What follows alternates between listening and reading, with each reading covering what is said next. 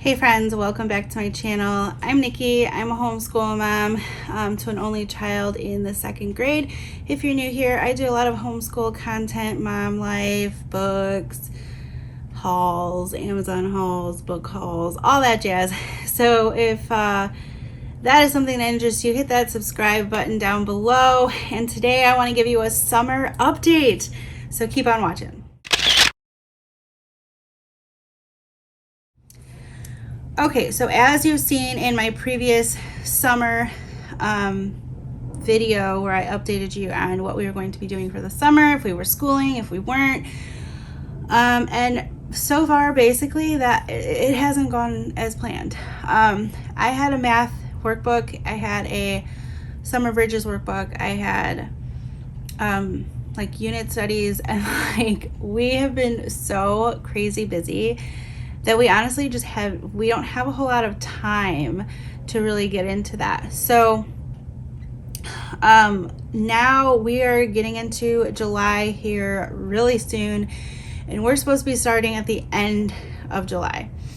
I bought these 2 books because I needed to narrow down what needed to be done or what needed to be really worked on before we started our 2nd grade year. These are going to go with us beyond our school year. So when we start, we'll likely still be doing these books. But I purchased these subtraction and addition facts that stick. We definitely are math struggler family over here. My daughter knows how to do math, but she definitely struggles with needing to count on her hands or some type of manipulative still. It's not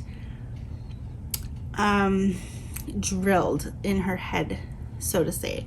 So it's not that she can't, and she can count far. She has a good, very understanding of numbers. She knows her tallies, all that stuff. But to actually ask her, hey, what's 5 plus 6? It takes her a while to answer that, and it should be by the time you get into multiplication. So I know that multiplication gets introduced in 2nd grade, but likely not towards the end of 2nd grade. But I want her to have a very strong foundation of math before we get to that point. So these books are help your child to master addition facts in 6 weeks. I saw this on, I forget where. I'm sorry to whoever I saw this, but basically it uses the 10 frame concept, and it tells you week 4 what to do, and then it'll have what facts they're going to learn, what you're going to need, and then for most of the days of the week it will have you playing a repetitive game. So it's basically really just like drilling in their head by playing these games, and a lot of the games are just used on like a 10 frame type of deal here. This is my only stipulation. So we have already started. It is really hard to grasp a 10 frame laid out in a line when the 10 frames we have been working on are laid out where like 5 is on top and 5 is on the bottom. So that's kind of the only issue, and I've contemplated getting our own 10 frame and using that in replace of this, because it's slightly confusing when we're not used to seeing it that way. The Good and the Beautiful shows us a different way. Now they do have practice pages as well in the back, but I mean, this is a very black and white, it's bingo, it's open and go, easy to use, super effective. I'm hoping that we finish this roughly between the time of us starting and then like by the end of August at least, because we've been so ridiculously busy this summer, and I have 2 trips planned in July. So I'm hoping, because we're not going to be able to do this every single day, that we'll just take our time. But I think it's super important to know your math facts. And it's also sort of based on memorization as well as understanding how we got there. So see how like their warm-up activity, like they're using the 10 frame. So I think we're just going to use our own 10 frame because I don't want to confuse her further on what she already knows, especially because she's struggling. Okay, so that's math. Addition or subtraction is laid out almost identical to the same types of games and like same concept. And subtraction is mastery in 8 weeks. So, you know, it tells you what you'll need. Is your child ready to master subtraction facts? Play game, complete practice pages, and has a whole bunch of teaching tips listed as well. And all it takes is 15 minutes per day. But if I combine this with this, you figure 30 minutes per day, which doesn't seem like a lot of time. But when you're in the summer and you're going from the pool and you come home and you're just exhausted, the last thing you want to do is sit down and do math. Or you can, but it might not be full focus, full energy. We are still doing just an update on the Good and the Beautiful Hands, Little Hearts and Hands. So we are on lesson 5 as of next. I know we did this one, so we'll be on, no, we didn't do this one yet.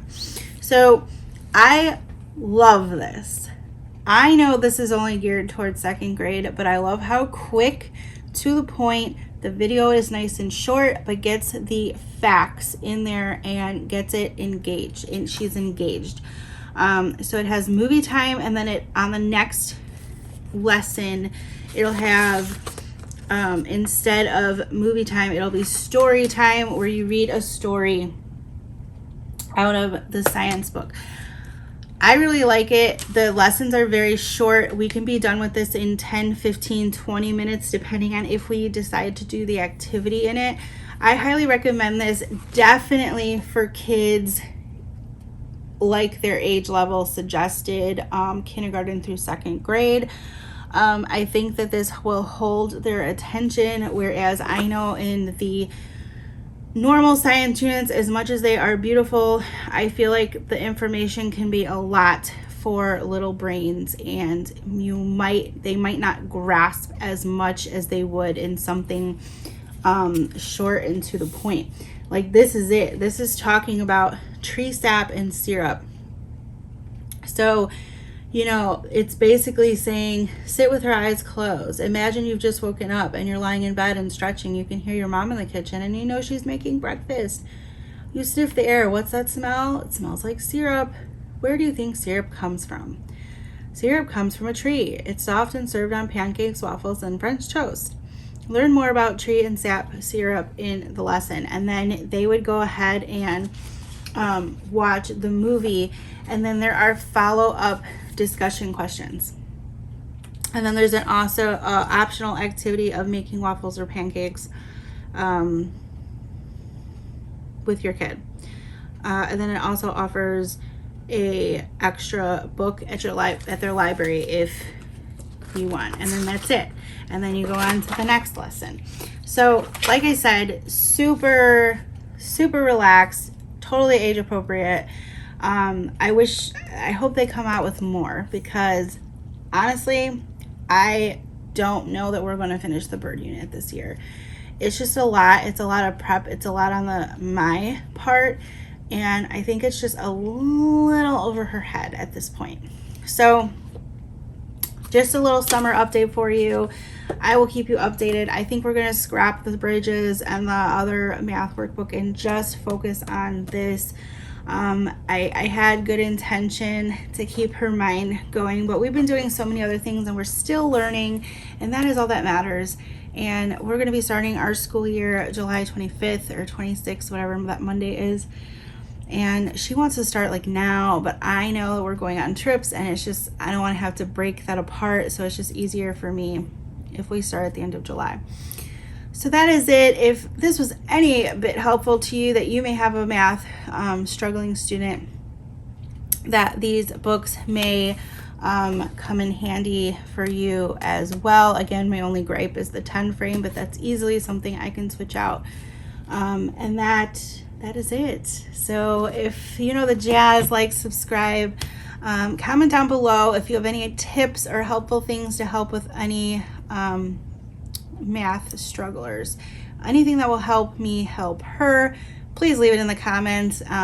This is a community here, and I would hope that we are all willing to help one another out and leave each other positive tips and feedback as well.